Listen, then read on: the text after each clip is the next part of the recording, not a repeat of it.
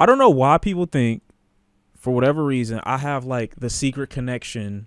Well, sometimes, but that's only for certain releases. I don't know why people keep coming. Hold on, let me go to my bookmarks. The amount of people that sent me this, right? Saying that Kendrick Lamar lied. Let me just explain one thing, okay? When I first started doing the whole like listening to music on camera shit, there were only two niggas that I ever saw do it, right? There were two people ever in life. Like, I mean, on the entire platform. Not just like one off or this person's doing it because this person thinks it's fun. Like, no, it was two people on the entirety of the entire platform that were live listening to music. And that was this Somali nigga with a really big forehead, or he might have been Ethiopian, I don't remember which, called Is Talks Cheap, and Big Quint. Those were the only two people that I saw that were live listening to music on camera. That was it. That was the only people I've ever seen do it, right? And on the music discussion end of the spectrum, I saw Dead in Hip Hop and I saw Anthony Fantano, and that was it. I decided to do my very first one to a Kendrick Lamar untitled, unmastered record sometime in 2016, and I was met with the harsh reality of a copyright strike. Boom. Immediately killed all motivation to want to continue a channel. But I was like, you know what? I want to post this anyway. So I edited it down and boom, I posted it anyway. After that, boom, got hit with a copyright claim. But I wasn't upset because the video was still public. And that has been my reality when it comes to uploading music first listens the entirety of my YouTube channel. So it made me go crazy to see so many people shocked at the idea like that their videos were getting like either demonetized or copyright claimed or protected or whatever the case might be. This has just been the reality for the situation for like the last, I don't know what, like 7 years or however long, or since YouTube has been a platform and have allowed you to use music in your videos. And whether you agree with it or not, the terms of service that you agree to when you decide that you want to post on YouTube are, if a copyright holder has protection over their copyright, they get to claim it. And even if it's 10 seconds, 20 seconds, 30 seconds, the whole video, they get it.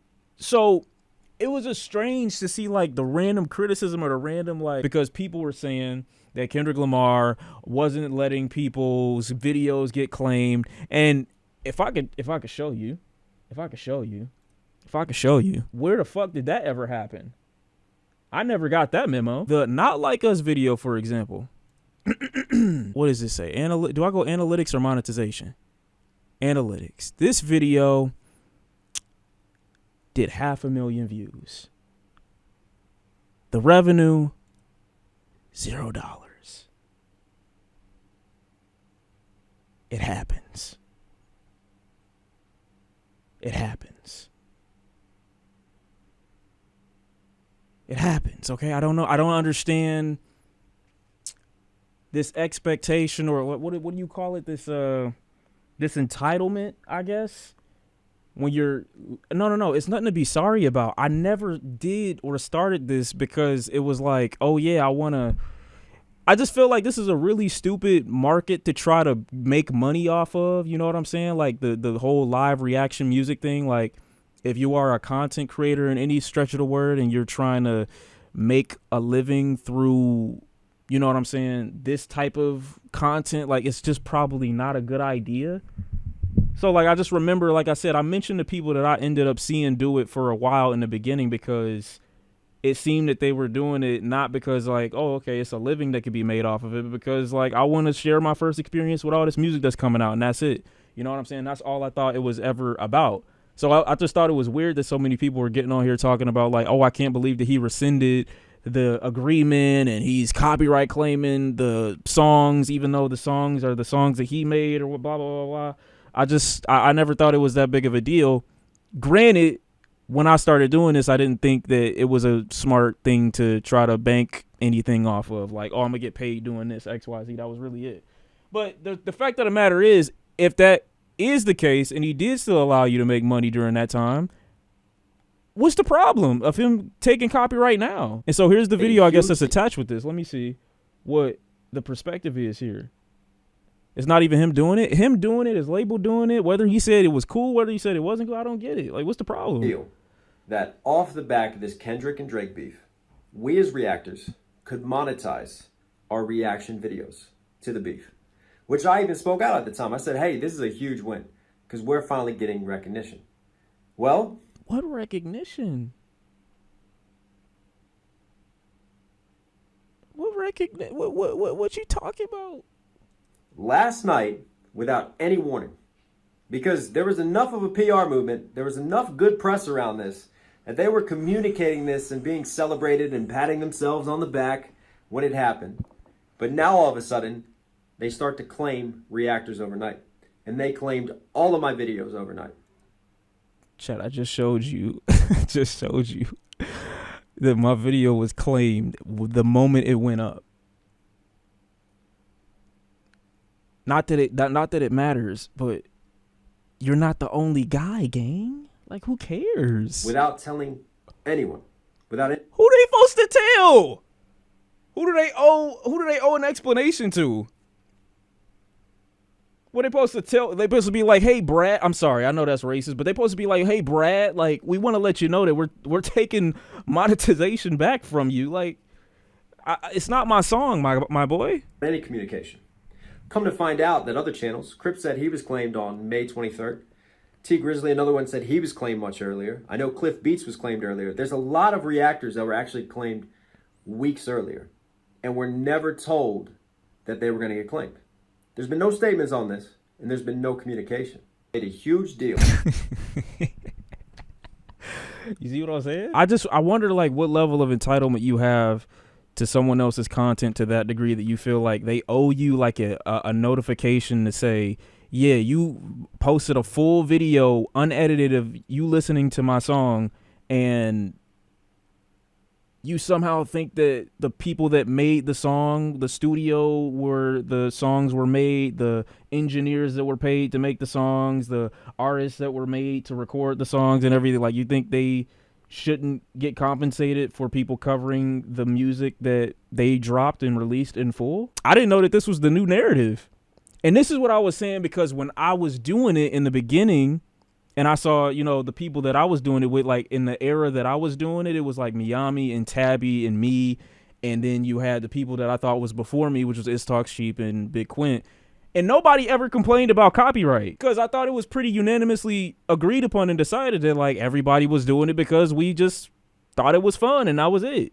But I didn't know how many channels and how many people were doing it beyond that point. I literally just looked at the people that were doing it at the time that I started doing it, and then that was it. I didn't see anybody else. And Mallory Bros, I didn't see nobody else.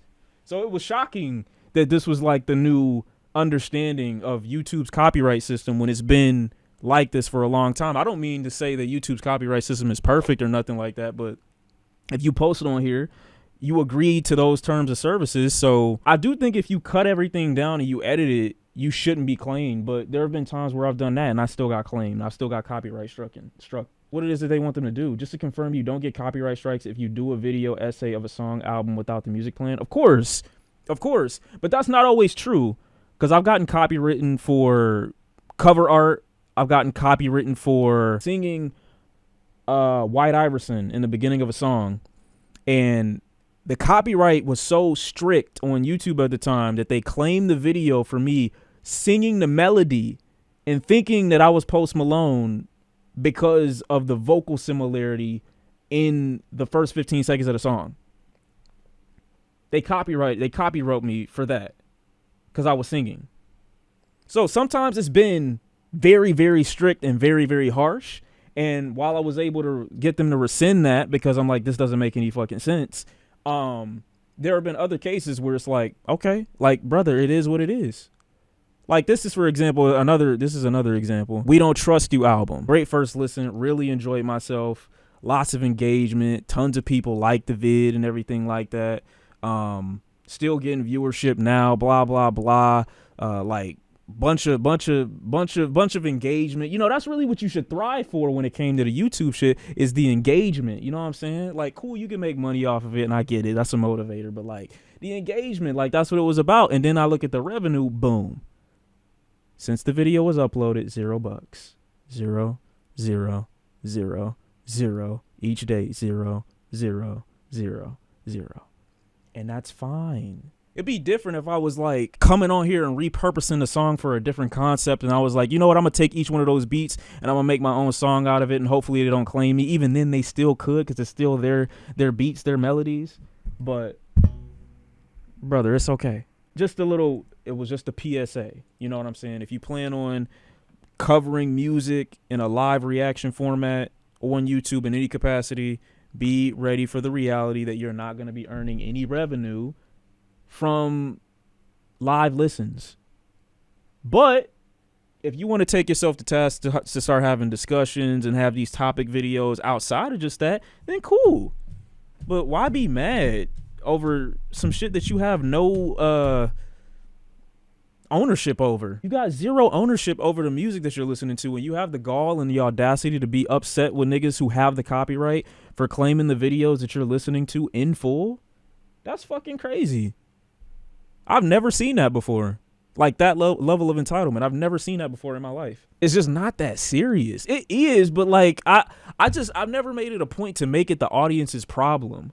Like, hey, you know, chat, they keep claiming me every day. Like, they keep taking the video down. Like, it's really not your problem. It's really not your problem. I feel like you're failing your audience when you make your decisions and your choice to want to be on the platform as much as you are and do what it is that you do, your audience's problem. I feel like you fail a lot when you keep presenting them with new issues that they have no control over. They can't sit up there. They can't change YouTube's copyright system. What, they gonna feel bad and be like, oh, that's crazy. That sucks. But I didn't ask. What are y'all supposed to do?